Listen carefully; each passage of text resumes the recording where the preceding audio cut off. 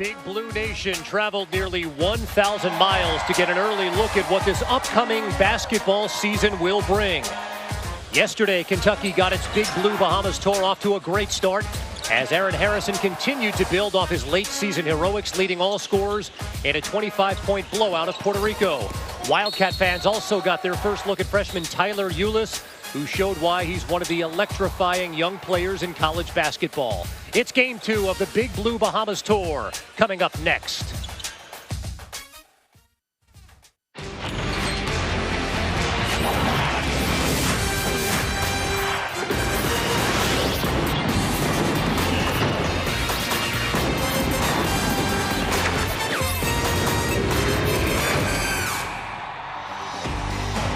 Kendall Isaacs Gymnasium in the heart of Nassau, Bahamas. A cozy home today to a dynamite basketball game. The University of Kentucky versus Chalons Reims. Now Kentucky got off to a terrific start in this Big Blue Bahamas tour. A 74-49 win over Puerto Rico yesterday. 20 assists on 29 field goals. Shot it at 50% from the floor. Aaron Harrison leading all scorers with 15 points. Hi, everybody. Kevin Connors, Jay Billis, delighted to be with you. Day 2 of this unique 6-game exhibition, Big Blue Bahamas. Well, as we've mentioned, the week got off to a terrific start for Kentucky. All 12 players who were in uniform yesterday got to play in the game. John Calipari shuttling in 5 players in at a time. Jay, we got to see 3 of the 4 freshmen. Trey Lyles, the only one who did not play because of an injury. What stood out to you about yesterday's game? Well, first of all, it's great to have you back from the beach with your metal detector and your black socks and sandals. Thanks for coming to the game. I couldn't have been more impressed yesterday with Kentucky. I thought they did a tremendous job of, as you said, shuttling in and platooning players. But they shared the ball. They were unselfish. They passed it. And defensively, they were all over the place. Were there things they could improve upon? Absolutely. But they've got the blueprint for a Final Four national championship caliber season. Kentucky wore down the Puerto Rican national team yesterday. That will not be the case today, Jay. Chalons Reims from the A division in the French League. Several notable former U.S. college players. Very talented team. Tasman Mitchell played at LSU, was an all-SEC performer there. And Deshaun Butler, the Kentucky fans will remember, from West Virginia, an all-Big East player that led his West Virginia team to the NCAA Tournament Final Four in 2010. Same starting lineup as it was yesterday for Kentucky. The Harrison twins, Devin Booker, the freshman, Alex Poitras, who was tremendous yesterday, and Dakari Johnson. Now, the one wrinkle for Kentucky that is different from yesterday, John Calipari will not be coaching the team. Instead, he's turned the reins of the team over to his assistant, Kenny Payne. He's been at Kentucky since 2010, a member of that 1986 national championship team at Louisville that Jay is so fond of course. And there is John Calipari, top row here inside the Kendall Isaacs gym. It's the first time, Jay, since he's been at Kentucky that he will not be coaching the team from the sidelines. You would think with all his pull, he could have gotten a better seat. The officials, John Hampton, Brent Hampton, and Bart Lennox. All officials out of the SEC. Chalons Reims out of the A division in the French Professional League, and we are underway. Tip controlled by Chalons Reims. And this is a team that has got some professional players that have played college basketball, that have been European pros for years. They are tough, they are strong, and they've got a good deal of skill. This is going to be a very difficult game for Kentucky. First turnover of the game, Chalons Reims. Chalons Reims trying to get the ball into Gary Florimond. And Alex Poitras did a really nice job defensively. He had a great game yesterday, playing with tremendous energy. The question for Kentucky is, can he and will he do it again against a better, more physical team? Can he match the performance he put on in yesterday's game against Puerto Rico? Chalons Reims starts out in the man-to-man. Jay, give us an idea of what the mindset for this professional team as Poitras gets Kentucky on the board. What's the mindset for this Chalons Reims team? Well, they're a tough basketball team. I think they want to keep Kentucky out of transition and keep this from being a game where it's all over Kentucky's all over the backboards. They got to keep them off the glass and offensive rebounds. And so far, they've had a rough time to start. Andrew Harrison forces it up. Kept alive by Dakari Johnson, who has it stripped away by Remy Leska, the point guard of this Chalons Reims team. And that's really where Kentucky can attack, is against Leska, try to wear him out, because Kentucky is much deeper at the guard spots and much bigger. Booker comes away with the steal and a whistle and a foul on the floor. First of the game called on Remy Leska. Well, Kevin, you can already see that the pressure is starting to get to Chalons Reims. And Alex Poitras, who really played well. He had 10 points, 6 rebounds, a couple of blocks. And I thought he got shorted by the stat crew, some blocks and rebounds. But he played very, very well. They're going to reset the 35-second shot clock, playing with college rules here, despite the fact that the Chalons Reims is a professional team in France. Really, the college rules, the big challenge for Chalons Reims is they play much more physical in Europe than they do in the United States on the college level. So they're going to have to adjust to that. Good-looking two-man game between Harrison and Johnson. Here's Johnson down low, losing his footing. And he's called for a traveling violation. Kentucky moves the basketball. Of their 29 field goals yesterday, they had 20 assists, and you can see just got his feet tangled up going against Tasman Mitchell inside. Mitchell just kind of played behind him and backed up. Johnson could have just probably shot over him right when he caught it instead of trying to back him in. This is Leska on the drive, sort of a Euro step there, and it's stolen away by the Cats in transition. Booker will push, lobs it up for Poitras, who was not home. And a turnover, something of a sloppy start to the first 2 minutes of this game. Well, look at the notable players on this Chalons Reims team. And if you're familiar, as Jay pointed out on the top of the broadcast, Deshaun Butler, Tasman Mitchell, one of the great players in the history of LSU. Darrell Watkins, Swatkins as he was known in his days, patrolling the center of the paint in the Carrier Dome in Syracuse, New York. Good-looking left-handed running jumper by Mark Payne, one of the great players in the history of UC Davis basketball. Mark Payne, an excellent shooter, showing he can put the ball on the deck. And whenever you get a handoff against Chalons Reims, they are going to set a screen right after that. So you've got to be prepared. And Kentucky's big enough and versatile enough that they can switch those screens. Payne running the floor well, but he missed on the layup attempt, and now the Cats have numbers. Devin Booker did not shoot it well yesterday, and he misfires on his first three today. Well, it's just a matter of time before Booker is knocking down shots left and right, because he's a truly outstanding shooter. But Kevin, one of the things I've been most impressed with Devin Booker is his ability to guard. And he does a good job defensively and can guard multiple spots. And you can see Kentucky is switching right now on exchanges. And they can do that because they've got big guards and they've got versatile wings. Well, Aaron Harrison called for the foul as Deshaun Butler attempted the three. And moments ago, Jay, a good look at the versatility of Mark Payne. Well, he got a bad matchup there with Dakari Johnson, and that's where Devin Booker should have switched off as soon as Payne put the ball on the floor. Now, Deshaun Butler, what a tremendous career he had at West Virginia. Started off with 20 points in the NIT championship game as a freshman against Clemson. I think the memory, Jay, that a lot of folks may have, the Final Four against Duke, suffered that terrifying knee injury. He tore his ACL, sprained his MCL, suffered 2 bone bruises. But it's good to see him back playing professionally. Had a bit of a cup of coffee in the NBA, second-round pick of the Miami Heat back in 2010. Yeah, drafted number 42 by the Heat. And he played not only for Bob Huggins the last 2 years of his career at West Virginia, but started out playing for John Beilein, now the great coach at Michigan. Here's Harrison finding an open space, and he knocks it down. Good-looking move by Aaron Harrison. It's not many great perimeter shooters that can put the ball on the deck and hit pull-up jumpers with the ease that Aaron Harrison can. He's really improved his pull-up game, and he just looks better overall, looks in better shape. His mobility is better, he's quicker.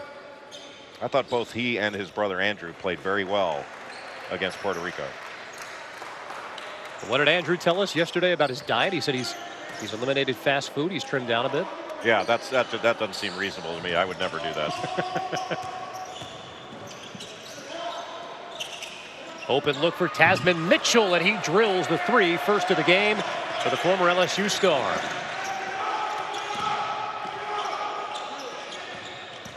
Harrison working behind a screen, and he's too strong that time. Dakari Johnson tries to keep it alive, and it's last touched by the Cats. Well, Chalons Reims is making it very difficult for Kentucky to run half-court offense. And they're not getting into their actions as easily as they did yesterday against Puerto Rico. And they're not getting as much in transition. Look at John Calipari and another one of his assistants, Tony Barbee, former head coach at Auburn. So a line change for Kentucky, and this was the lineup that yesterday against Puerto Rico really put the pressure on defensively. They went full court, they got out, and they really pressured. Tyler Ulis, number 3, guarding the ball now against Lionel Chalmers. He was the guy that really set everything up. If you have not seen him play, as the 3 is knocked down by Lionel Chalmers, former star at Xavier, cousin of Mario Chalmers. And Chalons Reims already, Jay, we're seeing a different caliber team than we saw yesterday in the Puerto Rican team. Much more efficient, much stronger, much more versatile. Right there on the catch. And Lionel Chalmers played at Xavier on that Elite 8 team that had David West and Romain Sato. He's a terrific player. Ulis will fire a deep 3 that time. We did not see that yesterday, but Ulis connects on his first attempt.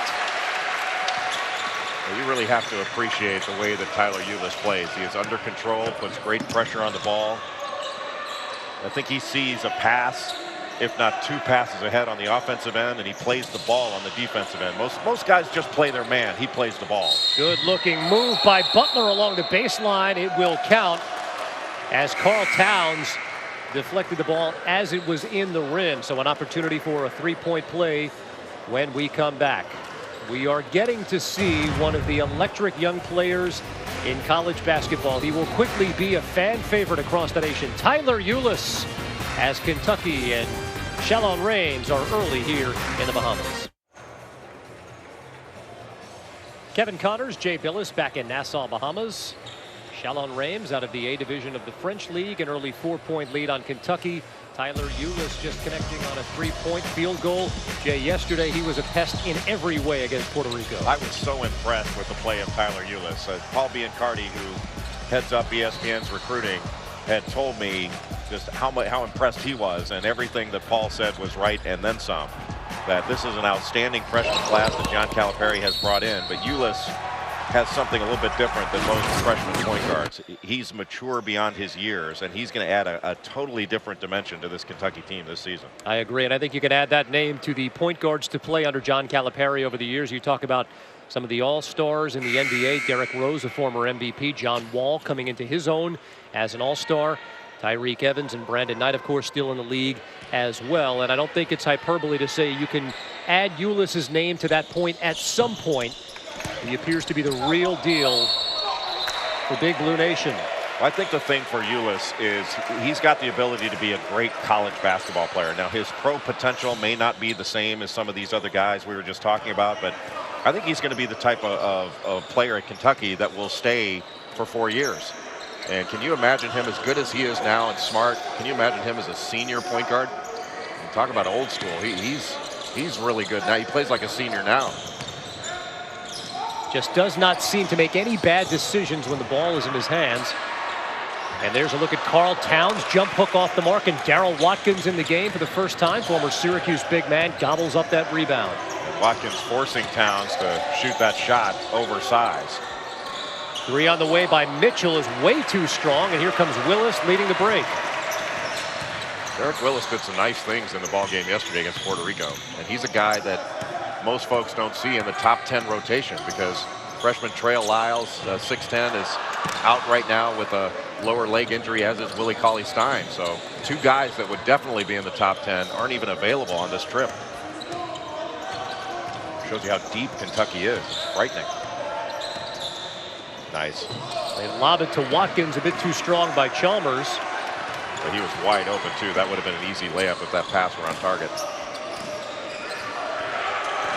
And they try to establish Karl Towns down low. And again, this is a different level of defense and a different level of team, this Chalons Reims team. And John Calipari said at the start of this trip, we'll be lucky to win 2 games. He may be right after seeing Darrell Watkins put one in, and the lead is up to 6. I don't think Kentucky's going to have to worry about winning more than 2 games. I think they will, but right now they're facing a challenge, and if they continue with this platoon system, it may be even more difficult. You see Mark Payne putting the ball on the floor. He's already gone around Dakari Johnson, now around Derek Willis. When he gets a bigger guy on him, you can bet that he's going to continue to drive that ball. And Kentucky really hasn't driven the ball much. They've been throwing it around the perimeter, but they haven't put it on the floor and really put a lot of pressure on this Chalons Reims defense. Jay, a player like Carl Towns, what's he going to learn going up against a big body like Darrell Watkins, professional players? I think to use his body. He's a tremendous talent. And he's got a big body, and as he learns to use it and to lock guys down into the post and to play angles and get position and get deeper post position, I mean, you're looking at a top 5 NBA pick at some point. I mean, he's not just a good talent, he's a great talent. Chalmers lobs it up again to Watkins, and now here comes Ulis. Drops it off to Willis, but it's stolen away. And Chalons Reims has numbers. Watkins missing on the layup. A little sloppy on both ends, which you expect a little bit in August. The Chalons Reims, they just got back from their break as well. They've only been practicing for 3 or 4 days. They just got back to France and came immediately here, so they don't have all their stuff in either. Ulis, good looking feed. What a pass by Tyler Ulis to Carl Towns. Some players look, other players see. And Tyler Ulis sees everything. What an impressive young man, impressive player.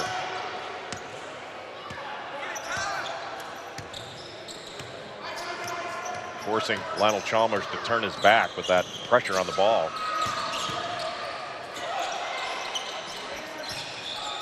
This is Guy Eddy in the game for the first time. Up and under, but he misses on the layup. Guy Landry played at Gonzaga for Mark Few. Towns will fire a 3. Has that range. We saw it yesterday. Misfiring on the first 3 attempt of the game for him today. And that's a shot he can make, but I'm not sure it was the shot for this particular situation. Kentucky's got to start getting to the basket. They're not putting Chalons Reims in a position to foul. Watkins fouled on the attempt. He'll shoot a pair when we come back. We've sung the praises of Tyler Ulis. Look and see for yourself, the diminutive point guard. Setting up Carl Towns for an easy 2. Kentucky down 4.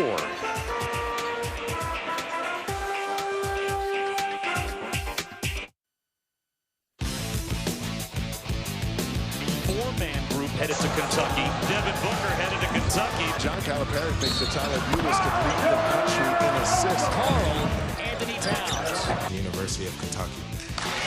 I think that I may be the most versatile player in the country. Kentucky. It's kind of a different version of Julius Randle. There are guys that can score. The Kentucky recruiting class.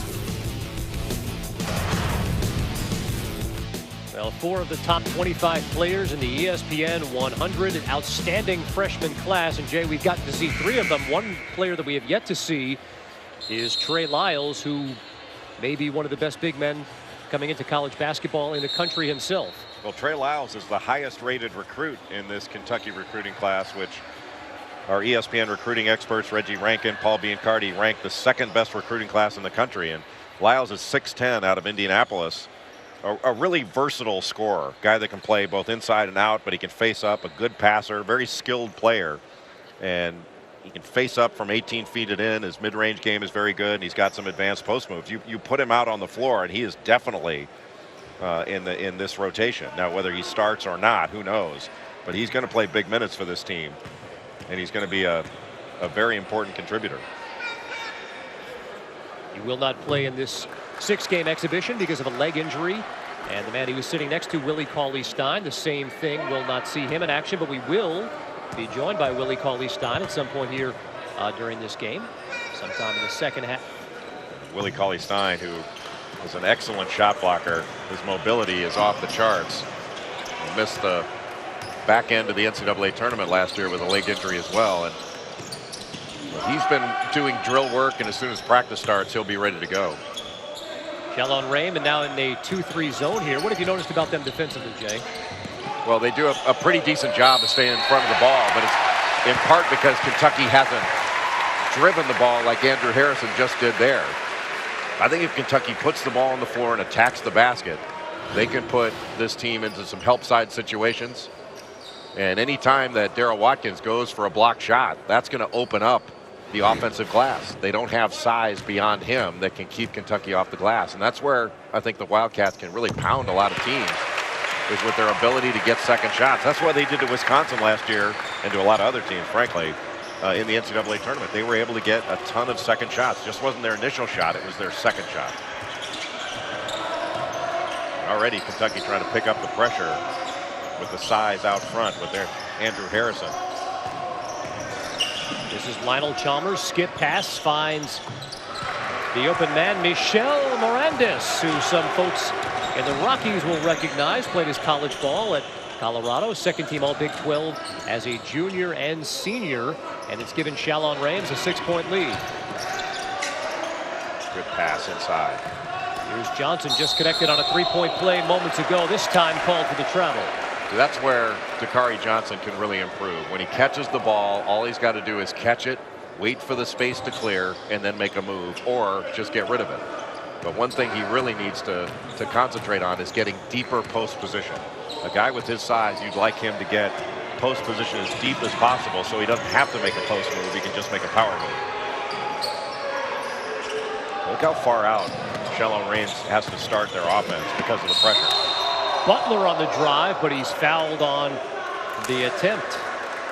You make a team start their offense 4 feet further out, 5 feet further out. That was 15 feet further out than normal. Then every pass is longer, every dribble move is longer. It's 3 dribbles to get to the basket instead of 2 or 1. That really helps your entire defense to do that. Look where Deshaun Butler's got to start that move. That's like 5 dribbles to get to the basket, and Kentucky can recover and help.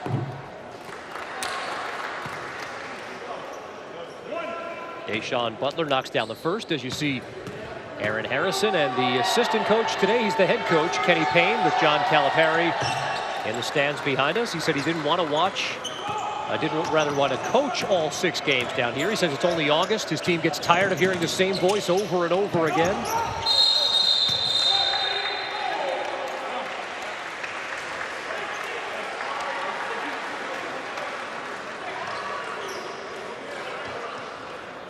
I believe they called a foul on the blockout attempt, so it'll stay Cats basketball. Eddie getting his hand in the passing lane, and it'll again stay Kentucky ball. This is one area where Kentucky will continue to improve their execution on out of bounds underneath. So early right now to expect them to, or any team, to execute perfectly on their sets.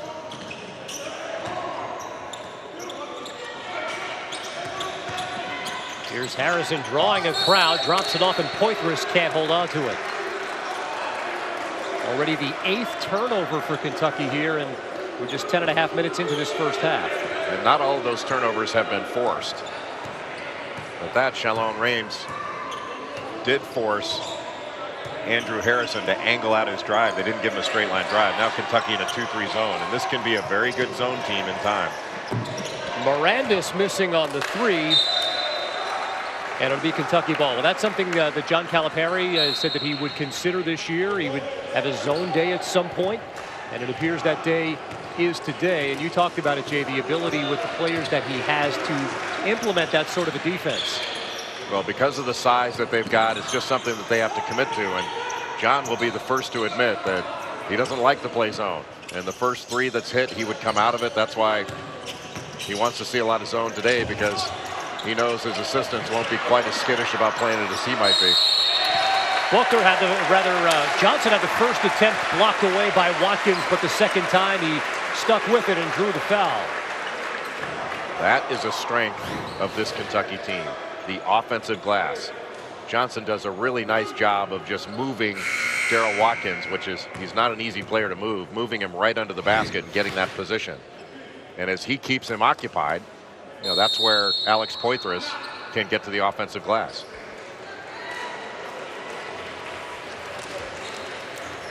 Chalons Reims will take a timeout. We'll keep it here.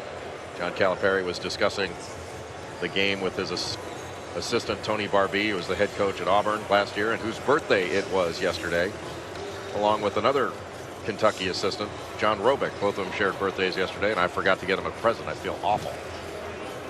And while we're wishing happy birthdays, by the way, Paul Biancardi, Slice came over to us before the game and said, whatever you do, make sure you wish Paul a happy birthday. So we do the same here on this broadcast today. We talked about the zone defense, Jay, and the challenge of playing it. Now, it's one thing to say you want to play zone. It's another thing altogether to be able to be a team that does play zone well. Explain the difference there.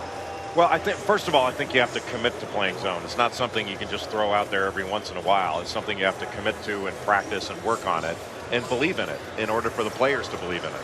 But I think with the size and the length and athleticism that this Kentucky team has, it can be a very good zone team and make it difficult for other teams to penetrate into that zone and force them to shoot over the top. Syracuse, as we discuss almost ad nauseum, does probably the best job at that. But it doesn't mean it's the sole province of the Orange to do it. Kentucky can do it as well.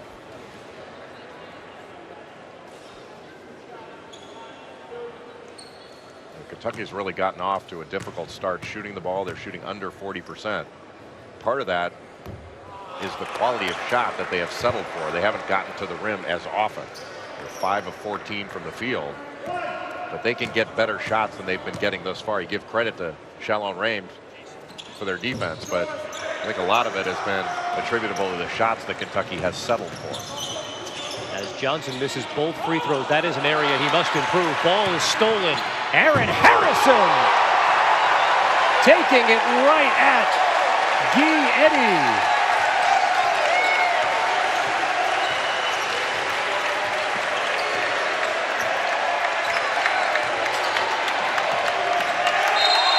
And then the terrific ball pressure by Andrew Harrison. Well, this is one reason you may not want to play as much zone, because these big and athletic guards can get out and put pressure on. That was an area where they were not quite as good last year. Defensively, Andrew and Aaron Harrison were not great. They were good, but they were not great. And they've got the potential to be much better this year. And I think they've shown that in the last couple games, that they have improved on both ends of the floor. Harrison drops it off in a good-looking two-man game. Johnson the finish.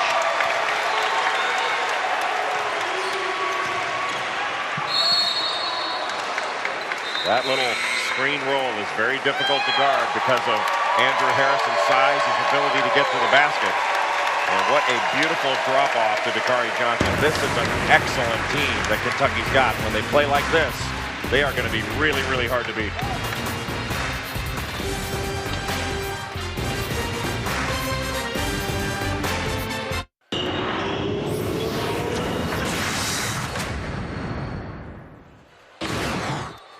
It's been murder getting Jay Billis away from the diving board over at the Hilton Pool, but some fun in the sun here in Nassau, Bahamas, as Big Blue Bahamas Kentucky's exhibition tour continues. And again tomorrow, 1 Eastern here on ESPNU, you'll see Kentucky play the Puerto Rican National B Squad, followed by the debut of a live game on the SEC Network, which gets underway Thursday night. You'll see it Friday, Kentucky versus the Dominican Republic B Squad, and then this same Chalons Reims team on Saturday on the SEC Network. I mean, who are we kidding? That was video of our ESPN production meeting yesterday, preparation for this game. Off the drive. Payne gave it off, and then fall away jumper goes down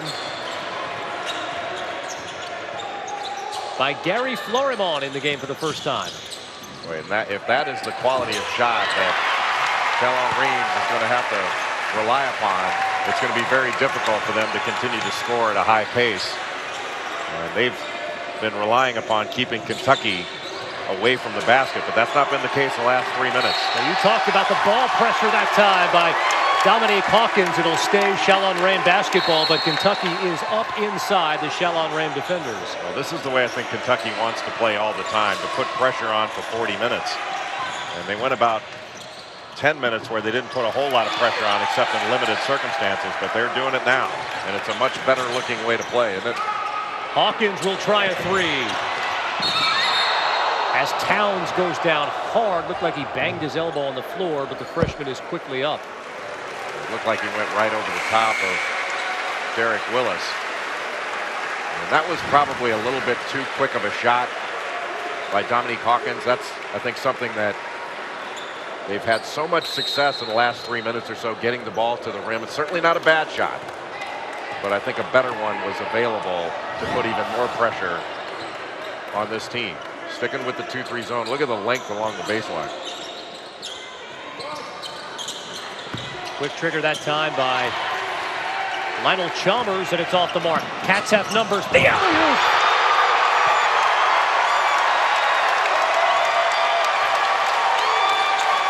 Marcus Lee, the finish on the Dominique Hawkins pass. Big Blue Nation is on its feet. This zone small up top, but really big along the baseline. 3 on the way for Chalmers. Into the hands of Hawkins. Willis.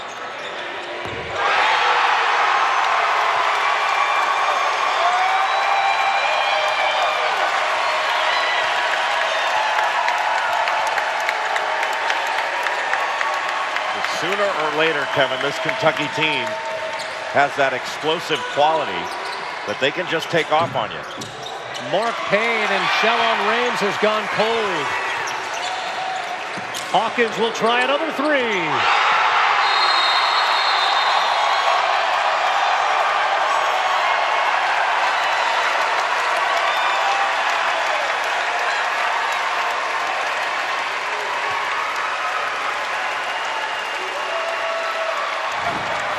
I think John Calipari may be falling in love with zone, being able to watch this as a spectator. Beautiful pass on the break by Hawkins to Marcus Lee. And the spectacular finish. But this has been done defensively, and Kentucky running out of that 2-3 zone. When you're in a zone, you are aligned to run and aligned to rebound. And I think John Calipari likes what he sees. Got a little Tarkanian with the towel. That's right. And I think Kenny Payne, who's coaching Kentucky right now, is going to say, hey, you know, Coach, I got this the rest of the way. Yeah, take the rest of the year off. With this talent, no problem. 14-2 run set up by some pressure defense in both man and zone.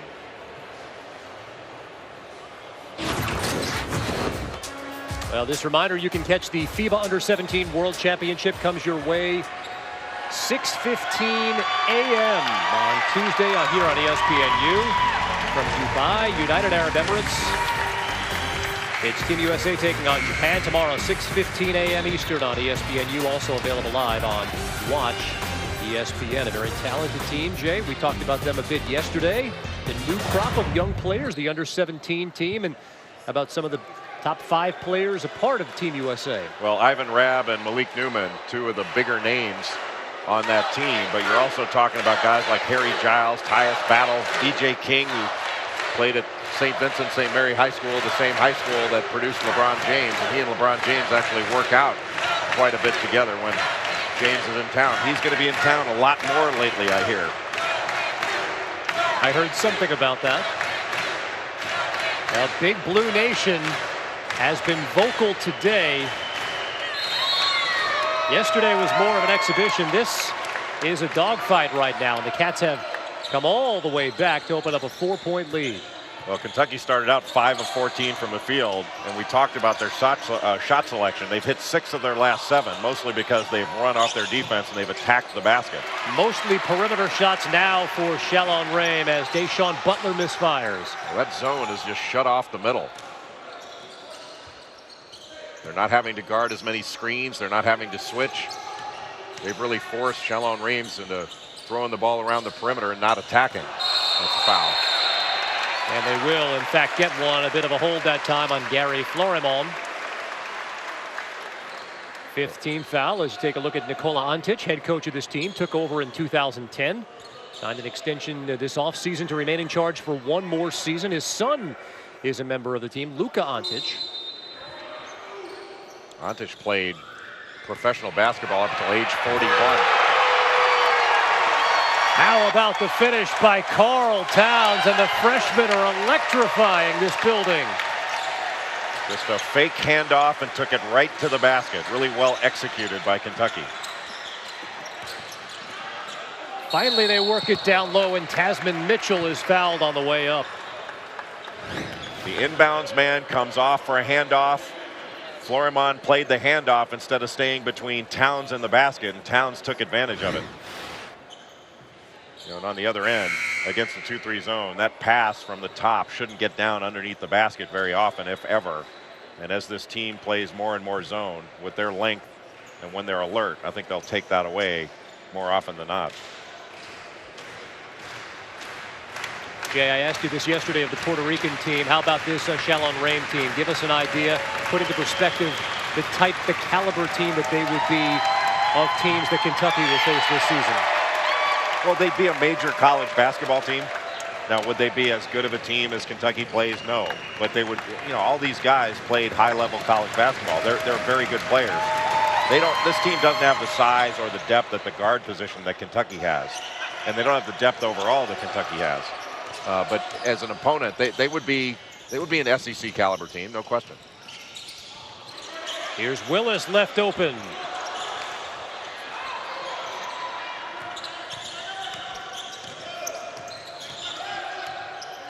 Cats staying in that 2-3 zone, which again, if you're just joining us, is something John Calipari says he'd like to at least consider as the line shift comes on again. And the starters returning to the game, the Harrison twins, Devin Booker, Alex Poitras, and Dakari Johnson. The one thing about these exhibition games for the pro teams, the European pro teams, they want to win and they want to play well and they play hard. But this is an exhibition game for these guys. They're only going to do so much. They've got their livelihoods at stake here. You know, I've played in these type of games when I played European professional basketball, and you know, you're not going to get, especially later in the game, you know, you're not going to always get everything they've got. As Tasman Mitchell's layup makes it a 3-point game, and on the drive, Alex Poitras, who's been quiet up until this point, works his way to the free throw line. Poitras played great yesterday. He needs to continue that.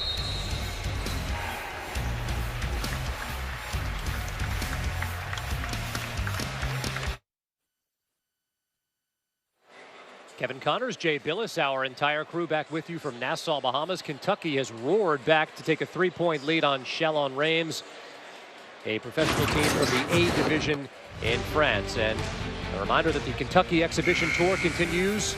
Tomorrow you'll see Kentucky play Puerto Rico, the same squad they beat yesterday here on ESPNU. You can catch it at 1 p.m. Eastern, followed by the debut on the SEC Network Friday, Kentucky versus the Dominican Republic.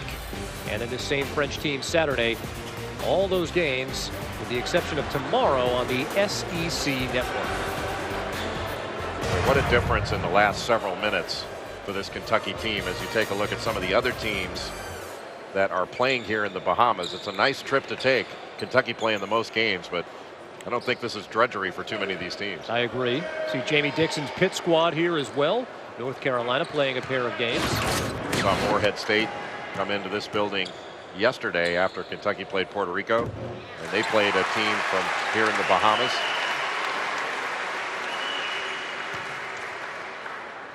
Who will not be challenging the Globetrotters anytime soon, right? I mean, that was not, at least the eyeball test, that was not the best team we've ever seen. No, you know, Kentucky brought these teams in to be able to play against them.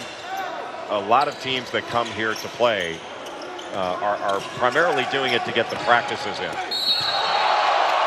Mitchell draws the foul, at least that's what the officials had to say. I think Alex Poitras has a different opinion. Poitras, who sort of mirrors Tasman Mitchell in his ability. He's got to get around in front to make that pass more difficult. But he certainly went up and challenged that up top. I'm not sure that was a foul, maybe a little bit with the body. He brings a lot of energy into this game, and that's the way he needs to play. And if he knocks down a perimeter jumper when he's open, that's fine. But the other things he does can really elevate the level of play. He can bring some things that no other player on this roster can bring. As Butler goes 0 of 2 from the line, so Chalons Reims has gone ice cold here towards the end of this first half. Chalons Reims really turned the ball over. And there's Poitras with his offensive rebounding ability, something he did really well in the NCAA tournament last year. Andrew Harrison on the drive, fouled as he laid it off to Dakari Johnson. Every time that Andrew Harrison drives, he's got the opportunity to pick up fouls. He's so big and strong as a point guard. When he gets a little ball screen, gets some space, gets into the lane, he draws defense. He can get into you and pick up the foul himself, or he can dish it off if there's help.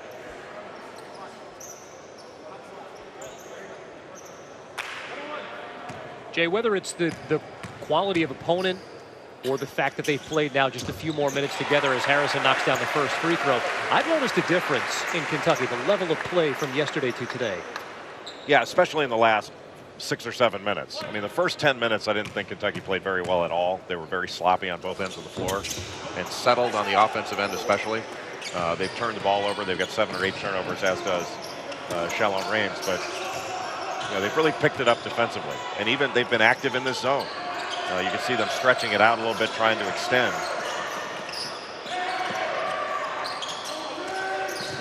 With their length, they can really cover some ground.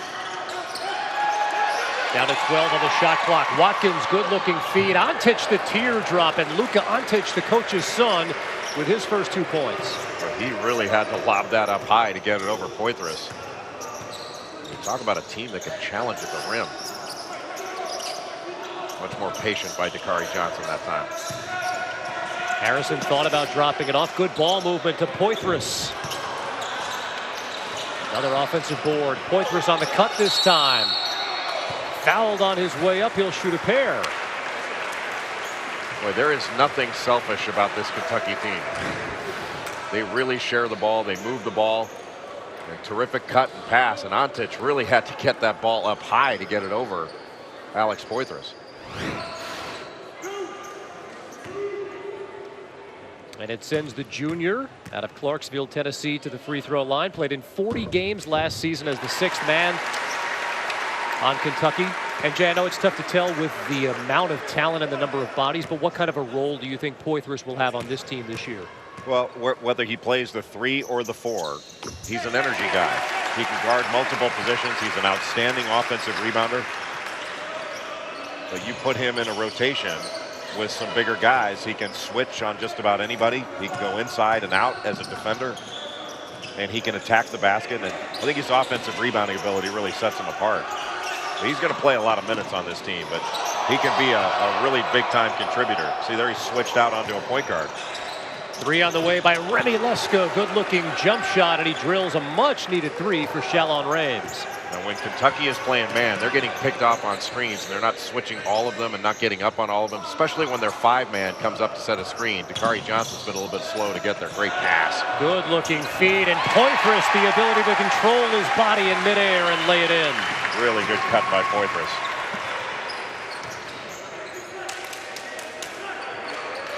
Let's see how Kentucky handles this man-to-man defense instead of the zone. They were very effective in the zone. Antich, a really deep 3. That one was not even close. Shot clock did not reset, so it's down to 10. Easy layup, and Antich misses it. 4-on-1. Booker will try a 3.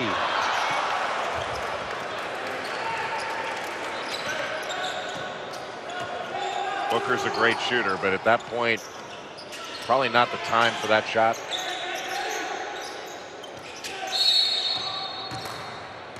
And he's caught reaching in on the pass that time. Another look at the activity, Jay, and the terrific cut of Alex Poitras. Just as the penetration was coming, Poitras cuts from the corner as he saw Antich turn his head. He cut right to the basket. Just a great cut by Alex Poitras and a great read of the situation.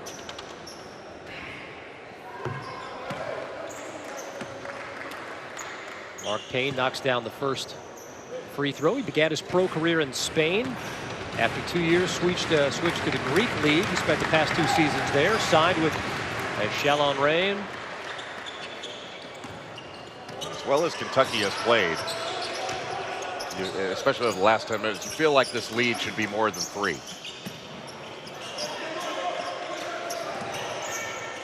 Chalons Reims has not played as well over the last 10, and they've really hung in there. As Poitras turns it over, and now Chalons Reims the opportunity to hold for 1 and potentially make this a tie game heading into the locker room. Kentucky sticking with man-to-man. They have to expect for handoffs and screens. Pressure on the ball. Antich tied up by Poitras, and it'll be a jump ball situation. Possession arrow in favor of Kentucky. I think the French players are asking, how can you reach around both sides of the player without fouling? And they may have a point.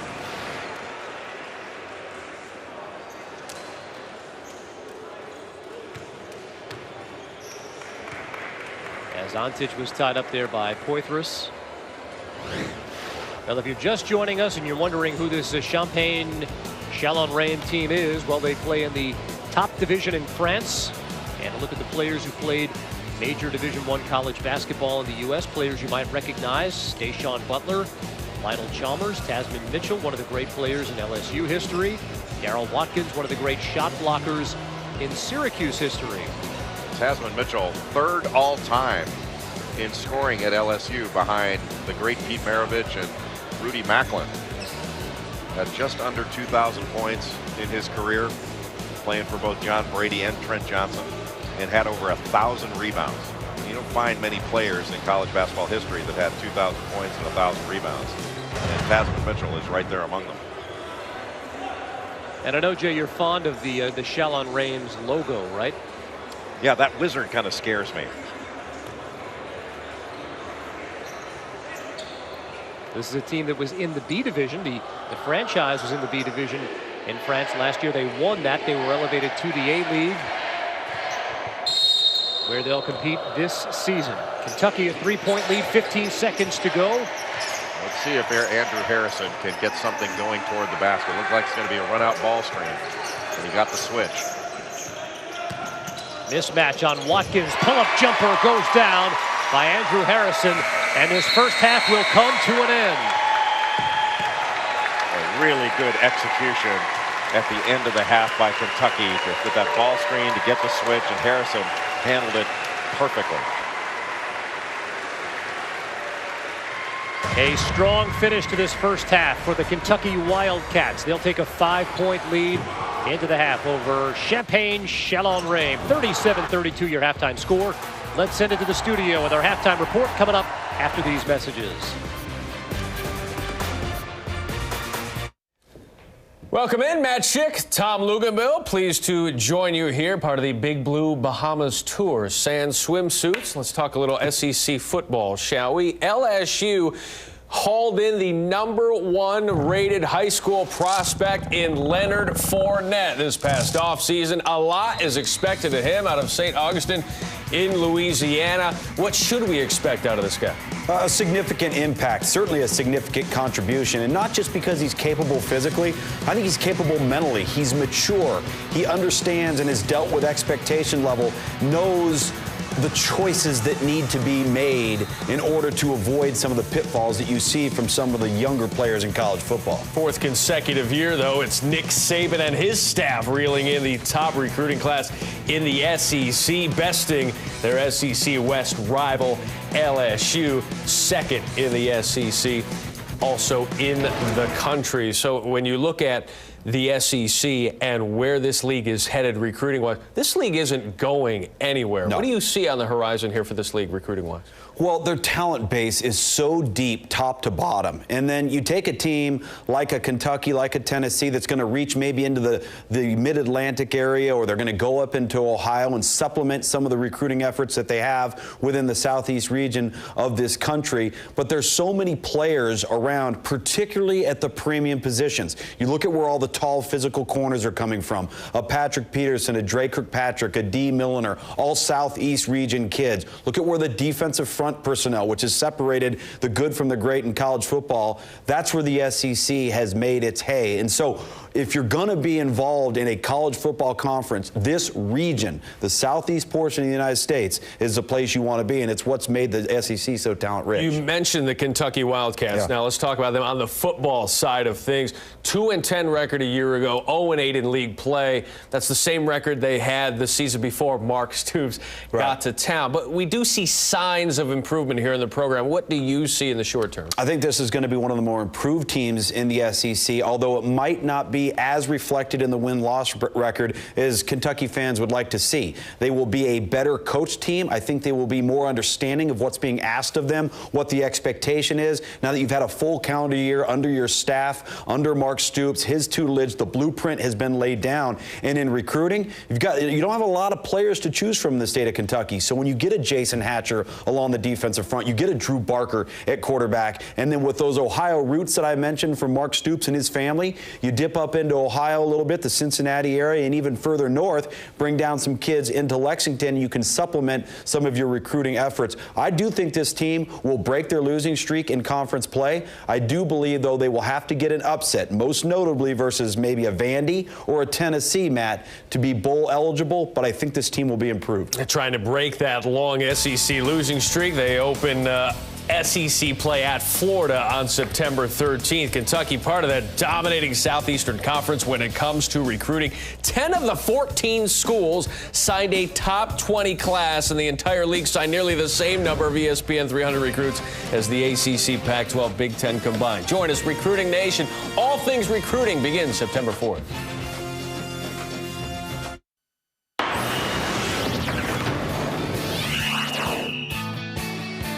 Vacation in the Bahamas. A chance for us to see Kentucky, a 5-point lead, 37-32 on Chalons Reims, a professional French team from the A division in France.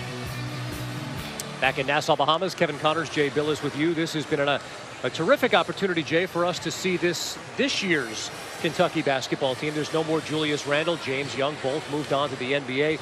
But it's also a good chance 4 months later to take a look back at one of the great runs in NCAA tournament history by this Kentucky team. What comes to mind when you think about that run? Well, just toward the end of the season, they had lost 10 games during the regular season, had some really good games, but had some low moments as well.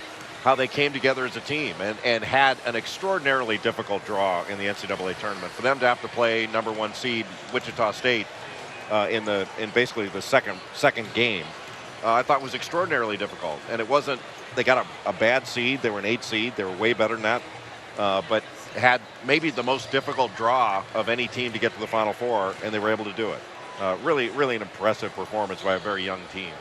We have a chance to take a look back at that run right now. The 8-9 matchup. Kentucky opening with Kansas State. Julius Randle, the terrific freshman left-hander, getting the Cats off to a good run. 19-15 in the win over Kansas State, 56-49. And then next up, the Twins, the Harrison Twins, combining for 39 to beat Wichita State. Maybe the best game in the NCAA tournament. Wichita State shouldn't have had to play an 8 seed right there in Kentucky. They get Louisville in the next round. Cats down 7 with 4 minutes to go, but Aaron Harrison, his heroics helping move on to the round of 8, where they were able to advance to the Final Four with the win over Michigan. They knock off Wisconsin one more time, but the run came up just short. Shabazz Napier and UConn, the dramatic 60-54 victory in the national championship game. Improbable run for UConn as it was for Kentucky, and Jay, outside of the obvious, the chance for this team to have the opportunity to play in a national championship game, that great run. What can the players who were part of that team, who are back this year, bring into this season? I think leadership is #1. To have players back that have played a significant role and understand what college basketball is all about, for them to talk and to lead the younger players, that's something that really the freshmen last year didn't have as much of. And earlier in the game, you said something you never hear in a Kentucky game much anymore. You said junior, junior Alex Poythress, junior Willie Cauley-Stein. That's a luxury that they have not had of late. And when they've had older players that have come back, like in 2012, combined with an outstanding recruiting class, which they always have under John Calipari, you've got a recipe for even greater success, and they've had extraordinary success under Cal. Honestly, Kevin, I didn't think what John Calipari has done at Kentucky was possible. I didn't think it was possible to take so many young players year after year and have the sustained excellence that they've had. I think it's been one of the truly unique times in college basketball history. Well, they are loaded again this year. No Julius Randle, no James Young, but they have retooled and reloaded and having some fun in the sun here in Nassau, Bahama. Of course, it's fun when you lead, as they do, a 5-point halftime lead on Champaign Chalons Reims, and we're coming back after this.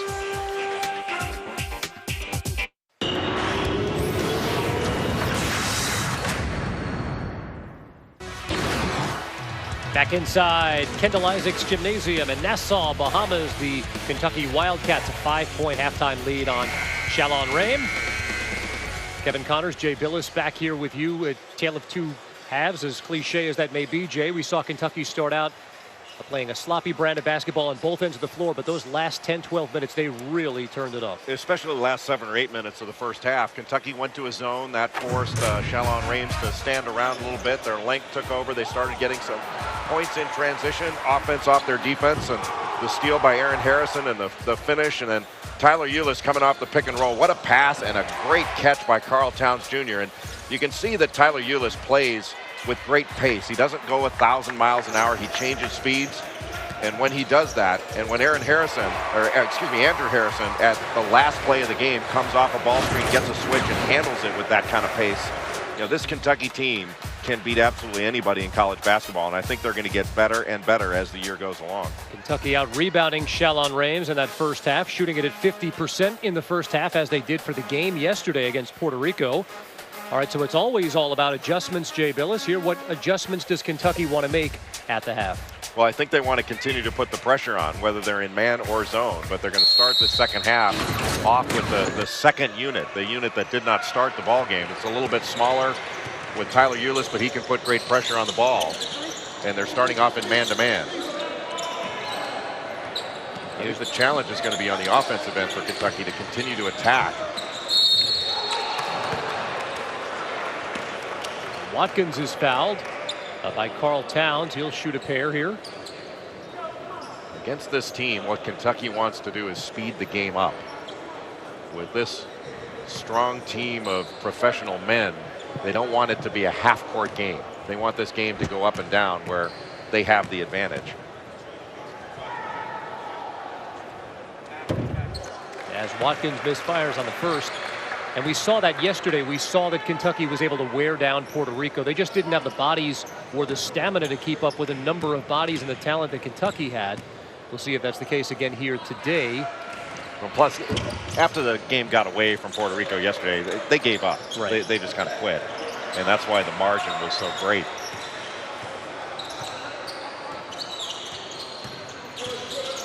A little bit of a different lineup for Chalons Reims. Lionel Chalmers starting at the point guard position. Tasman Mitchell pressuring the ball. 15 on the shot clock for the Cats. Still plenty of time. Anytime they've gotten into a late clock, they've gone with that high ball screen. Ulis high off the glass. No, but the second effort by the freshman Karl Towns. Boy, Kevin, how about Karl Towns? Just throwing Deshaun Butler, who's a big, strong forward, completely out of the way underneath. The discard going up strong, getting the contact from Tasman Mitchell, and still completing the play. Jay, it's amazing to me. You think of Anthony Davis, and as good as he was at the college level, he was a work in progress, right? Body-wise, he was nowhere near ready for the NBA as much as he was talent-wise. You look at a player like Karl Towns, he's as big as Darryl Watkins. No, he's got a different body. Anthony Davis was a better player. I mean, Anthony Davis is one of the truly great players in basketball on any level, and I think he's got the ability to be a top 5 player in the NBA. But a different body style and a different type of player. But I'm not sure he could have been more effective. He was the best player in the country, sure. I thought. I just meant in terms of his physical size as Watkins goes off the glass. I mean, it's so impressive to see an 18-year-old like Karl Towns, the size that he is. Well, isn't it amazing? You know, the older you get, these younger players. You didn't see bodies like this 25 years ago coming out of high school. You saw these lanky, thin guys that needed to gain weight and get in the weight room and all that. The bodies on some of these 18-year-old big guys are incredible, absolutely incredible. Mitchell tries a three, and Willis grabs the rebound. So this is where Kentucky can stretch it out. If they're efficient on offense, they can move this game out right here. Here's Marcus Lee working on the block. Wild attempt.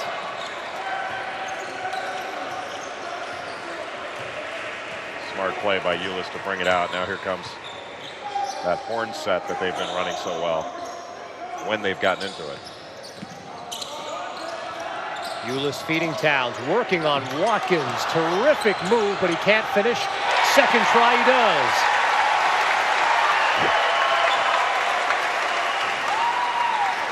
He's got a right hand around the basket, a left hand that's very effective, and he doesn't stop playing. Dynamite pass by Butler to Mitchell, and it's back down to 7.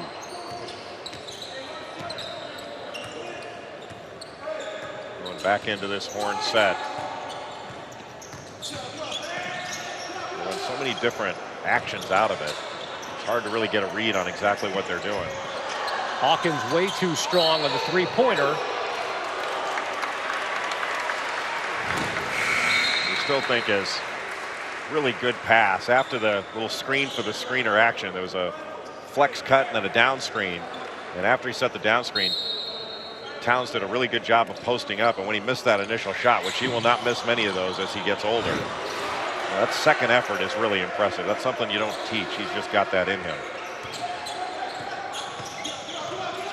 Ulis draws the double team. Towns thought about it.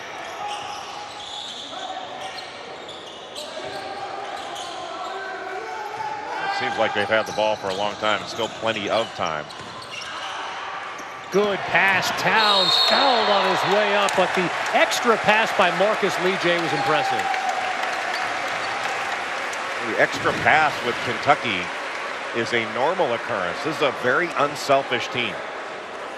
You think that the stereotype of 9 McDonald's All-Americans or guys that have been labeled one and done would be a me-first culture. But this team seems to have a we-first attitude with sharing the basketball, and that's really impressive. How do you get guys to buy into that? It's difficult. I think it can be difficult for any team. But I think it's just the way these young men have played. You know, it's not all the fact that the older players have been conditioned to do that here at Kentucky. I think these younger players that are coming in for their first time have taken that from the older guys, but also they don't look like they were selfish players in high school. As Towns knocks down both free throws, he'll check out. Dakari Johnson, Alex Poitras, Andrew and Aaron Harrison, and Devin Booker check back in. 9-point Kentucky lead. Team being coached today by Kenny Payne. The assistant, as John Calipari has decided he'd like to watch his team from a distance. As we mentioned in the first half, says it's a long season, and especially starting here in August, his team might get tired of hearing the same voice over and over again, so he's allowing his assistant coach Kenny Payne to coach this game. Kentucky's sticking with man-to-man, and with this unit, they can switch 1 through 4. Nice looking move by Dayshawn Butler. Devin Booker drills a 3. And that is a great shot for Devin Booker to run the floor where Kentucky can pass ahead and get an opportunistic 3 in transition. You could run really good offense for 30 seconds and not get a shot that open or that good.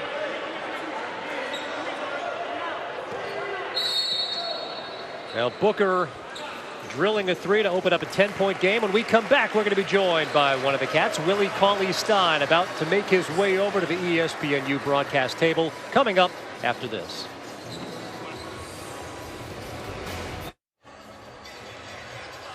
Well, the fun in the sun continues here at Nassau, Bahamas. The Big Blue Bahamas Tour. Kentucky a 10-point lead on Chalons Reims. 15 minutes, 37 seconds to go in the second half. And we are thrilled to be joined by one of the veterans of the Kentucky basketball team. He's not in uniform. He's dealing with an injury now, but it's great to have Willie Cauley-Stein with us here at the broadcast table. First and foremost, how are you feeling? How is the injury coming along? I feel great. You know, I've been doing individual workouts and a lot of weights, but my ankle feels good, and I'm just excited to start playing again. You had the opportunity to turn pro last season, this past summer, I should say, decided to come back. A lot of people thought you would be one of the top 20 players chosen in the NBA draft. What was that process like for you?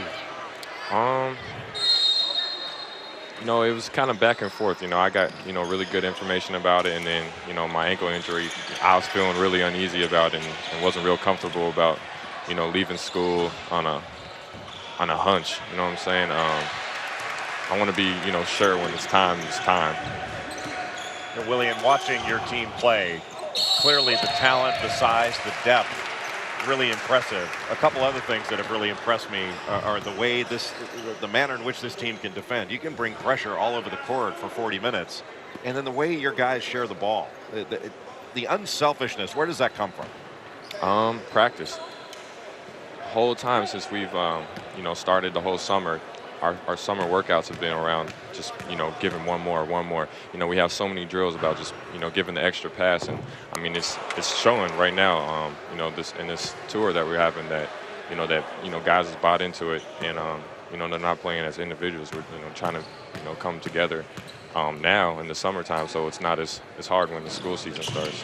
How much as players do you talk about having to compete every day in practice and go after each other, but at the same time, you've got to unite and come together. Whatever the decision is on playing time, you've got to come together as one. Exactly. Coach Cal, that's one of his things is, every day, everybody on our team is, talented. So it doesn't really necessarily matter about how much playing time one gets because we got so many different people we can put wherever. And then the coming together part, it just comes with time. Spending time with each other off the court and on the court, and guys go at it. In practice, guys are going at it, and it's just that competition level, and that's one thing that he really speaks highly about is going after each other every day in practice. But then once you step off the court, then you're like brothers, and you got that brother mentality, and then that's how they playing together right now, and that's how it works out. What do you think the difference is in having so many, I guess you call them upperclassmen, so many guys that at least have 1 year under their belt in the Kentucky program back? I mean, this year you've got more non-freshmen that are going to play than freshmen. And what's the dynamic change with this team? My past 2 years has been freshman dominated, so you can just, the feel is different. Guys know what they're doing, and then a lot of it, my past 2 years is guys, you really don't know what you're doing. And we was considered, me and Alex was considered, older guys last year, and really we're still the young guys, and people are asking us, what should we do here? What should we do? I'm like, dude, I really don't know. I'm just kind of going on with it with you. I'm learning the same things you're learning. And then this year, having the twins back and Alex and Dakari, and we're kind of all just, how to, the experience that you got, how to deal with everything, and what you can get away with on the court with Cal, and what you can do and what you can do, and that's just, comes with that territory. How do you like seeing your team play zone? A little different, isn't it? Very different, but they look good in it. I think they might play a little harder in the zone than they do man. It kind of changed the game when you guys went to that 2-3 zone. It changed the pace of the game. Yeah, and definitely. You can put so much pressure on it, man, but you're so lengthy. We're so lengthy that we don't have to be up in them. We got 6'5" point guards playing the top of the key, so it helps us that they're so long, and they ain't gotta go as fast. But when the second group comes in, you can tell the difference between that zone group, because you got Dom and Tyler so fast and so quick and little that it just picks it up. It makes up for it because they're so fast, and the length really doesn't have to go with them with that. Look at Tyler Eulis on the bench as Andrew Harrison drew the foul on the last play. We're so used to seeing you out on the floor, Willie. What's it like having to watch this, especially on this trip? It might be worse now because I could play. I know that I could play. During the Final Four, there was 1% that oh man, I could play, but no, really I can't play with a broken foot. But now it's I've been working out and I could run and I could jump. So it's man, I really wish I could be out there with my teammates. But it's fun, trying to, watching everything and get to know, my team better by watching them. Playing with them is one thing, but the past 17 weeks I get to, just watch and see how everything is. We're watching you warm up here. This was before the game, and Big Blue Nation can know that you're very close to getting back into game action. Willie, what's one area this offseason you've wanted to work on to develop your game? A lot of offense. Shooting a 15-footer off of a reverse and being able to drive on people. I've been working on ball handling and kind of a mid-range game here lately. So, hopefully when time comes where I can start playing again, I get real comfortable playing that way. That's how I see myself playing, from here on out. And I've been working on it for 17 weeks. So. Well, your coach, John Calipari, is not a shy guy. When he gets on you, what's the thing he says most often to you? Probably just playing with confidence. Playing with confidence and energy. You know, the way I play with a lot of energy. And when I'm not playing that way, that's when, you know, that's when the coaches get on me. If I'm not playing with that high energy level that I've shown that I can play with. And, you know, when you get tired and stuff, then they're on you like, you got to play with your energy. You got to play with your energy. And then, you know, you got to turn it up real quick so you don't come out or, you know, you be out. How about when the game gets physical? I try to play it different. I'm not going to get in a mud wrestling match with nobody. You know what I'm saying? I'm faster than most of the guys that I play against. So I just kind of use my speed and quickness, try to get around them and not let them touch the ball. Like when, you know, games get physical, like, you know, this tournament or this little tour thing, that's how the guys are. It's, you know, been real physical, pushing and stuff. But, you know, the way I would play is just get around them and not let the dude touch the ball. Like, you know, going to try to post me up, you know, push me and stuff, while I'm just going to get around you and not let you catch it. That's the kind of way I play with that. Billy, how about the experience being down here in the Bahamas? Let's forget about basketball for a minute. What's the experience of being here been like? Fun. You know, it's a chance to get away from, you know, school and just to be with your teammates and the coaches in a remote area where it's just beautiful and, you know, just to get together with the guys is fun, all at one place, and you know, joking around with everybody, and it's just, you know, it's a good time, and you know, I'm glad we got to take this trip. Now you've got a different voice in the huddle today, as you see your teammate Carl Towns, who's been terrific in this game, earn a trip to the free throw line. What's it been like hearing your assistant coach Kenny Payne in the huddle as opposed to John Calipari?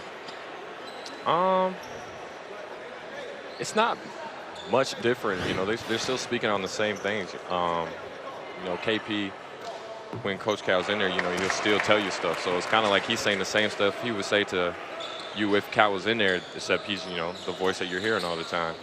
But it's just, it's real similar, but a different kind of feel. You can, I don't know, honestly, you can kind of relax more. You know, Cal's kind of a intimidating dude, so to hear from, you know, assistant coaches is way more like, oh, all right, I could just, you know, relax and go through it. And that's the biggest part. It's the good cop, bad cop thing, right? Kind of.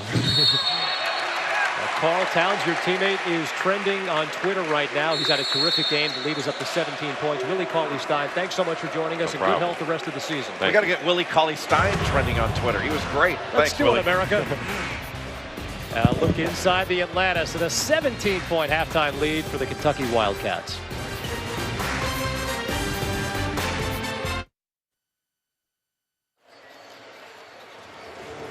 Kevin Connors, Jay Billis, and our terrific crew with you here in Nassau, Bahamas. 17-point Kentucky lead, 57-40.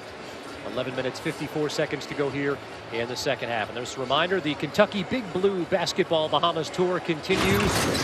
Game 3 of the tour tomorrow. Kentucky taking on Puerto Rico, the same squad that they beat yesterday. You'll see that game here on ESPNU 1 Eastern, followed by the debut on the SEC Network 1 Eastern. Kentucky taking on the Dominican Republic. The same Chalons Reims team again on Saturday, and then Sunday the Dominican Republic once more. All games tipped 1 Eastern on ESPNU and the SEC Network. And Kevin, what we've seen in this second half from Kentucky, this team can be very good offensively, and they're going to be very good offensively. They can be special on the defensive end. And they're holding a good team to 40 points thus far in the ballgame after almost 20 minutes of play. Or 30 minutes of play, excuse me. Now that's pretty impressive to do that. And by the way, without arguably their best defensive player, who just spent the past 4 minutes with us. Right, you've got two guys that are 6'10" or better in Trey Lyles and Willie Cauley-Stein, not available to play. And it shows the size, the depth, the athleticism, the talent of this Kentucky team, that this team is formidable without those guys. You put them back into the fray, and they will be. Look out. As Chalons Reims has gone to a, looks like a 1-3-1 zone here. They leave Tyler Ulis wide open, and Ulis drills it again. Jay, if he has the ability to shoot the ball like that in season, he is going to be one dynamite player. Well, he does have that ability. Great passing. Get the ball into the middle against the zone and then kick it down on the baseline. But Tyler Ulis does have that ability. Doesn't force shots, only shoots open shots. Now the 2-3 zone for the Chalons Reims team. Hawkins off the mark, and they'll get Towns climbing the back of Tasman Mitchell. This team moves the ball.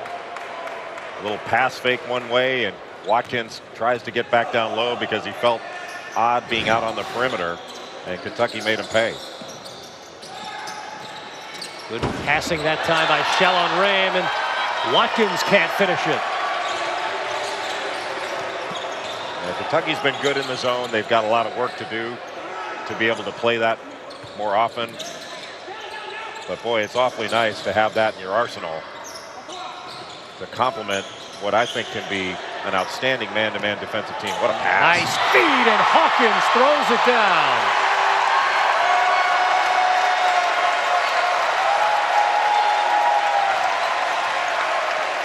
Well, Towns has not only scored, he's got 14 points and 7 rebounds. He's shown that he's got a complete game. He can pass it as well. Open three by Guieni, misfires, and it'll be Kentucky ball. Jay, it's been amazing to watch. The ball does not stick with anybody. Terrific passing. It's not a team that is looking to go off individually to take you 1-on-5.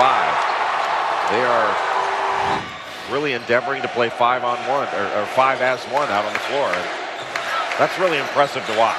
I mean, obviously the San Antonio Spurs did it in the NBA. I don't think very many people can tell you, what did those guys average? But you know they're champions, and it gave you a great feeling about the game to watch them play. And I think Kentucky's doing a little bit of that on this trip. It's been fun to watch a team share the ball. Marcus Lee had his pocket pick. Mark Payne the layup, and Kenny Payne wanted to take a timeout to talk to his team, who owns an 18-point lead. We talked about Karl Towns trending on Twitter already. The fabulous freshman, Jay, he has been outstanding in this game. Well, he's got a complete game. He's very skilled. He can pass the ball. Obviously has great size and length. But he's also got some range. He can step away and knock a shot down. His body control is good. You can see him there with a fake handoff off the inbounds play and taking it to the basket. I think one of the things, as he becomes a better finisher, because he's had the ball close to the basket right there, those are plays that he'll finish without having to go to that second effort. But he's had some opportunities inside, both against Puerto Rico and in this game against Chalons Reims, that where he's had the chance to finish a right-handed or left-handed jump hook and hadn't quite finished it. But he's just going to get better and better. The sky's the limit for his ability level. I mean, it's so early. We've only seen yesterday's game and then 30 minutes of today's game. But for teams who will be playing against Kentucky this season, Jay, I mean, what's it going to be like getting a scouting report together to game plan to play this team? Well, I think getting the scouting report and game planning will be really easy. It's executing it that's going to be really hard. The game plan's the easy part. We're going to do this, this, and this. But then when you get out there and you find out, look how deep these guys are. They keep coming at you. The pressure. It's kind of like Mike Tyson said once, everybody's got a plan until they get hit. When this team hits you, you're going to stay hit.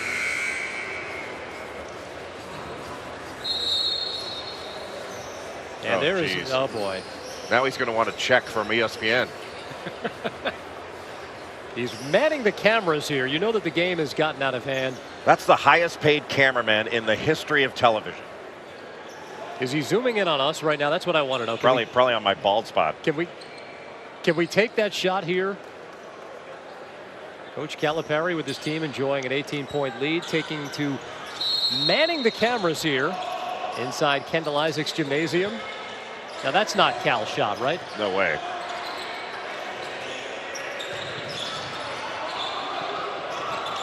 Does he know that he'll be sticking around for the post-show crew meeting, by the way? Yeah, exactly. He's not going to like the per diem. Here's Hawkins feeding Lee down low, fouled on his way up by Darrell Watkins, and again dynamite ball movement by the Cats. See, that's when you know you've got 9 McDonald's All-Americans on your roster, when you can, try other jobs. You can moonlight a little bit. Other guys are watching tape, out recruiting. Geez, we got to get more players. He's like, nah, I got it all. So now that's Cal's shot right there. That's right, yeah. He's zooming in. Do not adjust your TV sets. Yeah, he may be having a stroke. I'm not sure exactly what was going on there.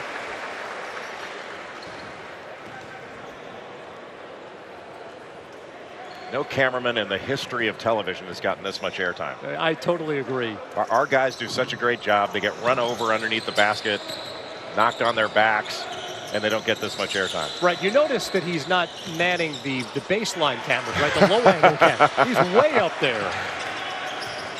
Here's Ulis. John Calipari can do it all.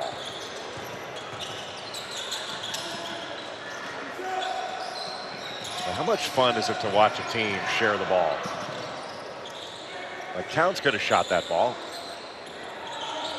And instead they work deeper into the clock, and they're only going to take a good shot. By the way, this may be the hardest that Cal works all season. After seeing the talent on this team, as Lee is able to throw it in. Another dynamite feed by Towns. But what did they make? 7 passes in that possession and wound up with a dunk. And I think this really bodes well for the future of this team.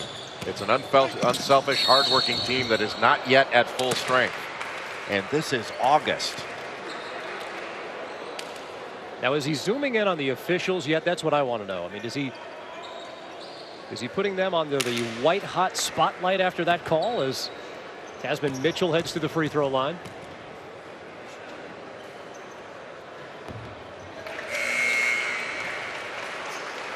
And this is Coach Cal Cam.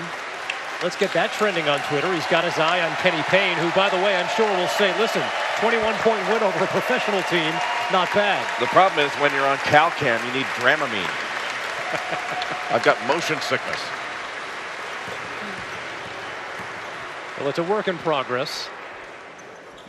Much like this Kentucky team, although I'll take my chances with Kentucky over Coach Cal's camera work here. We look forward to chatting with Coach Calipari here as the week goes on. He says he plans on only coaching 2 games. He coached 1 yesterday to win over Puerto Rico. And he's done for the day.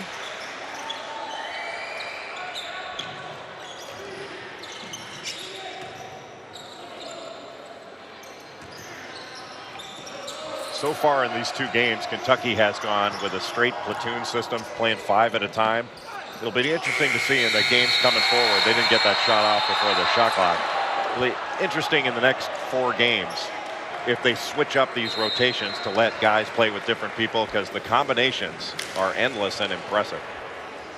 21-point lead for the Cats midway through the second half from Nassau.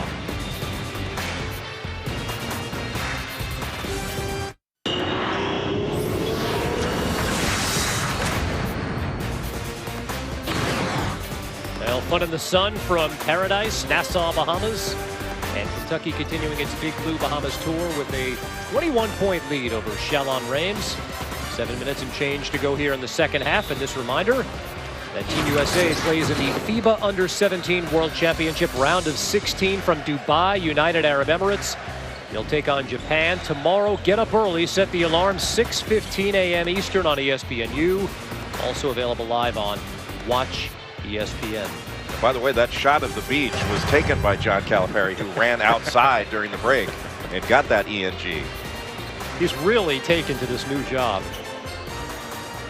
You see some of the players playing for Don Showalter. I've seen some pictures of Coach Showalter over in Dubai, hiking in the desert.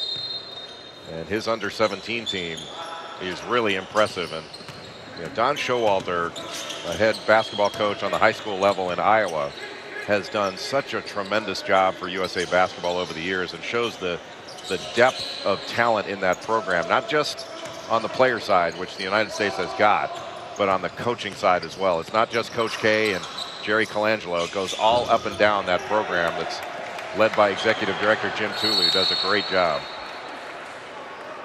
By the way, Jay, word is filtered down to me that Cal thinks that we could upgrade at the at the analyst position for the rest of these games. So he's thinking about coming on and joining us in that capacity. Well, they didn't need to. He didn't need to go there. He knows that's true. Everybody knows that's true. Hardly. Cal could do this better than anybody, but he's not going to take the pay cut.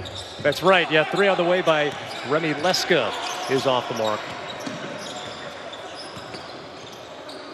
If you're just tuning in, this was a very competitive game in the first half as Andrew Harrison drives and he'll work his way to the free throw line. But Kentucky, with about 8 minutes to go towards the end of that first half, really put its foot on the gas, and they have taken a stranglehold of this game now, a 21-point lead. Yeah, 5-point game at halftime. And because Andrew Harrison did such a great job in the last possession off a ball screen to get a pull-up jump shot to put Kentucky up 5. But with their terrific play in this second half, Chalons Reims not really paying attention to the fact that that wasn't a 2-shot opportunity. And Alex Poitras got a putback. Yeah, Alex Poitras has had another really good game. When he plays with this kind of energy and fire, he is a dynamite ball player. Harrison lobs it up to Corey Johnson running the floor. And the route is now on. Booker to steal. Harrison off the drive. And it'll stay Cat's ball. Really the task right now for Kentucky is to continue to play hard, but you got to be a little bit careful, especially in transition situations. I mean, Chalons Reims, this is a bunch of really experienced players, but they're professionals, and this game's gotten away from them. They know they're not going to win, and they've given up a little bit. And if you go to the basket and go off of 1 foot, you're liable to be planted on your back. You got to be careful, or at least mindful.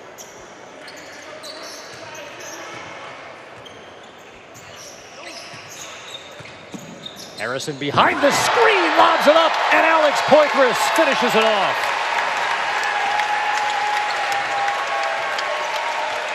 When Kentucky sets a ball screen on an open side and they drive the middle, they are always looking to lob it up. So if you're guarding the screener and you help off on the ball, that's going to be a lob dunk. And that is really hard to guard, because otherwise you're giving up that drive to Aaron Harrison. If you help off, boom. Impressive.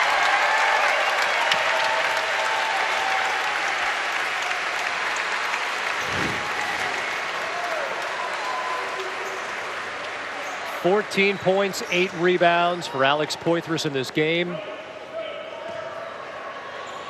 Couldn't be more impressed with the way he's gone about his business. He is playing like a veteran and playing to his strength instead of trying to prove that he's improved a weakness. He is playing to his strengths. I think we came into this tournament knowing what the Harrisons would be, right? But not necessarily sure about Tyler Ulis.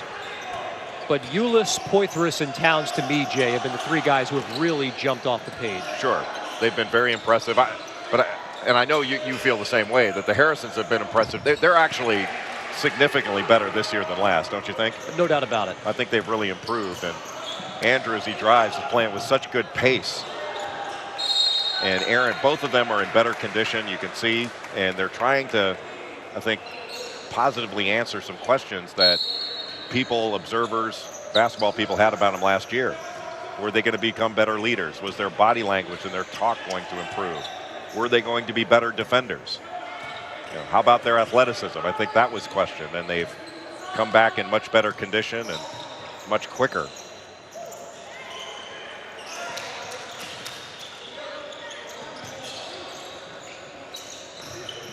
Booker will drive, running jumper, not that time, but he's able to get his hand in there, strip it away. Kept alive by Harrison, and now Chalons Reims will run. Layup in transition and good body control by Michel Mirandis. How about the hands by Deshaun Butler to catch that save by Andrew Harrison? 2-3 zone right now. Kentucky can take its time.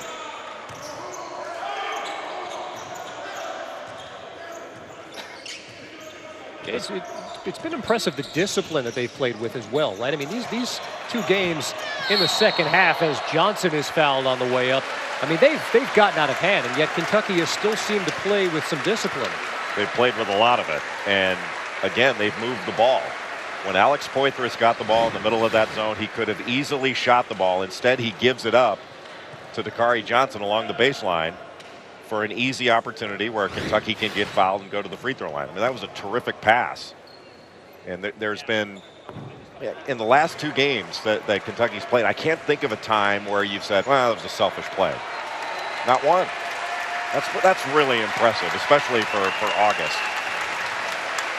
Right, for this being the second game that this edition of this team is playing in.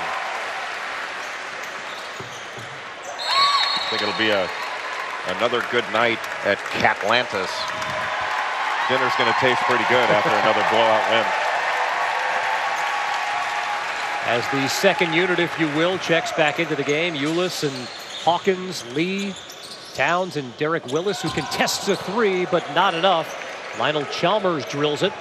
Now, didn't John Calipari say before this trip that Kentucky would be lucky to win 2 games?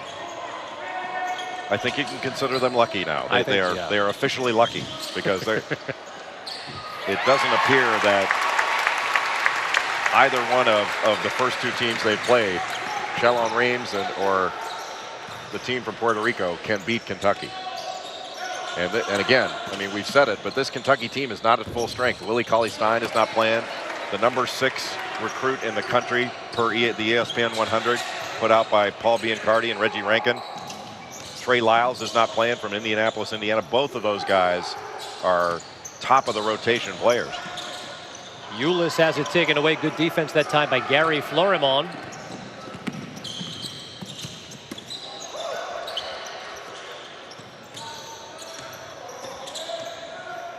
See, there are 2 things that need to happen right now. One is our camera people need to ask for a raise, because clearly the job is harder than it looks. Yes. And the second thing is Kenny Payne needs to ask for a raise, because Kentucky has played better today than they did yesterday. I think Coach Payne might clip that off and bring it to Coach Cal. Bring it to Mitch Barnhart. Exactly. Well, here's Lee, right-handed jump hook, easy as that.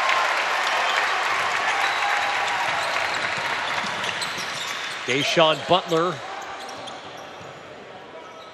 Boy, the core of big guys that Kentucky has, you know, Marcus Lee, Carl Towns, Willie Cauley-Stein, Trey Lyles. It really impressive. I mean, an NBA-sized and NBA caliber front line. It's been all Cats here in the second half. A 25-point lead. Dakari Johnson, one of the many feasting here in the second half. Cats lead it by 25.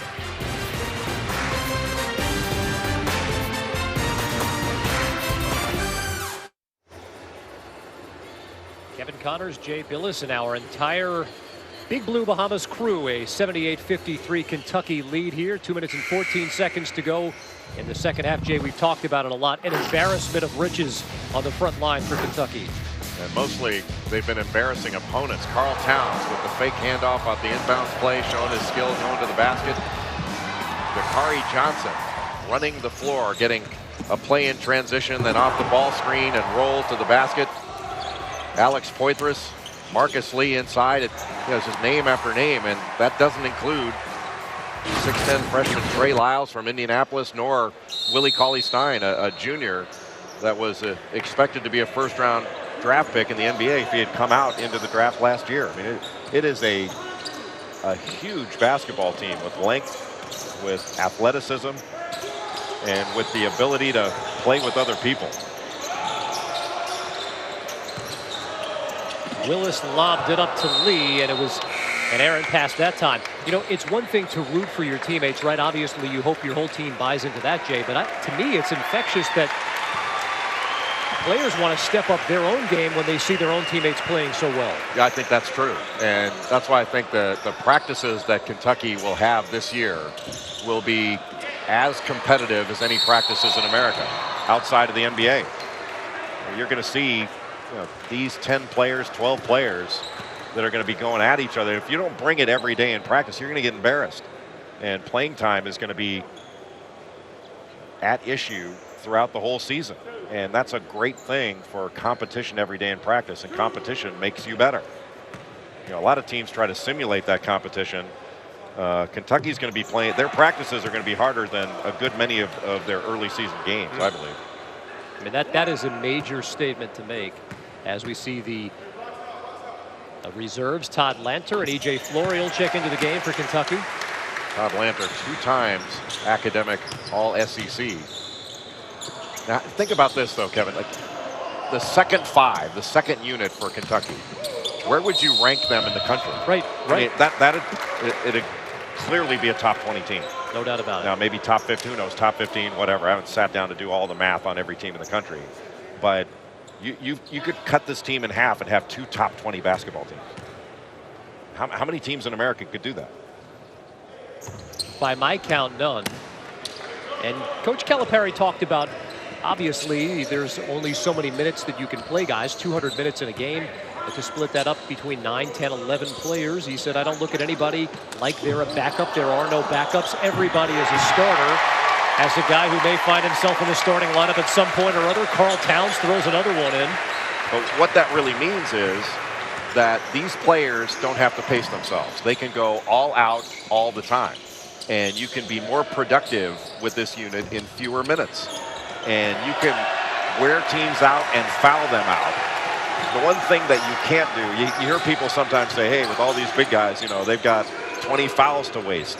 Well, I don't care how many players you got, you do not waste fouls. You don't put the other team in the 1-and-1 and put them at the free throw line for common fouls. But they can certainly wear you out with their energy level, their physicality, and the fact that they can come at you in talented waves. Ulis too long on the 3 as we near the 32nd mark of the second half here, dominated by Kentucky. Lanter, who grabbed the rebound just a minute ago, almost had the steal, and now Chalons Reims turns it over once more. And you got to thank our great crew, Rick Walensick, who's done a great job as our producer, and then our fine cameraman, John Calipari. Thank you for all those great pictures on the Cal Cam. He's been itching to get in there and direct now. I don't know if Neil Gallo's going to give up that job here. Coach Cal will not get credit for this victory. It'll go to his assistant, Kenny Payne, but a dominating performance from about the 8-minute mark of the first half on. Kentucky, no problem. The 81-58 victory over Chalons Reims. In many ways, a dominant team effort. In many ways, dominant individual efforts. Both Aaron and Andrew Harrison were dynamite again. We thank Willie Cauley-Stein for joining us here midway through the game. But Tyler Ulis, the diminutive freshman, outstanding once again. Dominique Hawkins played well. 6-foot sophomore who will be angling for playing time himself this season. And another breakout performance by Karl Towns Jr., the freshman out of Metuchen, New Jersey. Trending on Twitter midway through this game. That ought to give you an idea of just how impressive he was to America. One of the real stars of the game, Alex Poythress. Dynamite again, as he was in the victory over Puerto Rico. As you look back to how Kentucky got it done, Karl Towns, the freshman, teaming up with the fellow freshman Tyler Ulis. 6'11", 235. Matching size and ability with many of the big men on the Chalons Reims team, the professional team in the A division of France. He was up to the challenge in many ways in this game. Once again, another terrific performance by Karl Towns, the freshman, as Kentucky rolls to the 81-58 victory. A look at some stats here. 10 rebounds, 19 points for Karl Towns. But it was Jay Billis, another breakout performance by Alex Poythress. 16 points, 8 rebounds. Alex is standing by with Jay. Alex Poythress had another great game. And Alex, your energy level has seemed to be off the charts. That In the last 2 games, you have played exclusively to your strengths. How have you felt about the way you performed? I felt pretty good. You know, it's a great starting point for the season upcoming. You know, we're just trying to take advantage of what we got, the opportunity we got, and just trying to look forward. Now, as an older player, you're a junior, an old man on this team. How has your role changed as far as bringing the young guys along? Me and Willie both are the old guys, you know, I guess. You know, we just got to bring the team together, you know, just be the leaders of the team, you know, along with the twins, you know, just trying to just keep this group close together. Now, it has to be fun to be able to come at a team in waves. You guys have been platooning, but one of the great things to watch about this Kentucky team is how you share the ball. It's an unselfish team, isn't it? Yeah, we're a special team. You know, we got a lot of great players. Everybody, we can go 10 deep, we can go 12 deep, really. You know, we got Willie and Trey out, you know. We're just a great group of guys, you know. We're just trying to just play hard out there. Well, congratulations on a great win. Enjoy Catlantis. All right, thank you. Back to you, Kevin. All right, Jay, thanks very much. Alex Poythress, one of the many stars here as Big Blue Nation enjoying another victory. 81-58, the win over the French professional team Chalons Reims. 19 points for Carl Towns, 16 for Alex Poythress, leading the way. This was a 7-point game at the half, but in the second half, the Cats took control of this one, and really for the second game in a row, no problem en route to the 81-58 victory. We remind you that tomorrow you can catch Kentucky in action again against the Puerto Rican B team. You'll see that game 1 Eastern on ESPNU, followed by the debut on the SEC Network. The Kentucky-Dominican Republic matchup comes your way Friday, 1 Eastern, followed by a rematch against this Chalons Reims team Saturday. And then Sunday, the trip closes with a run against Dominican Republic, all games 1 Eastern. Once again, our final score, Kentucky 81, Champaign Chalons Reims 58. Coming up next, it's E60 on ESPNU. For Jay Billis and our entire crew, I'm Kevin Connor saying thanks for watching and so long from Nassau.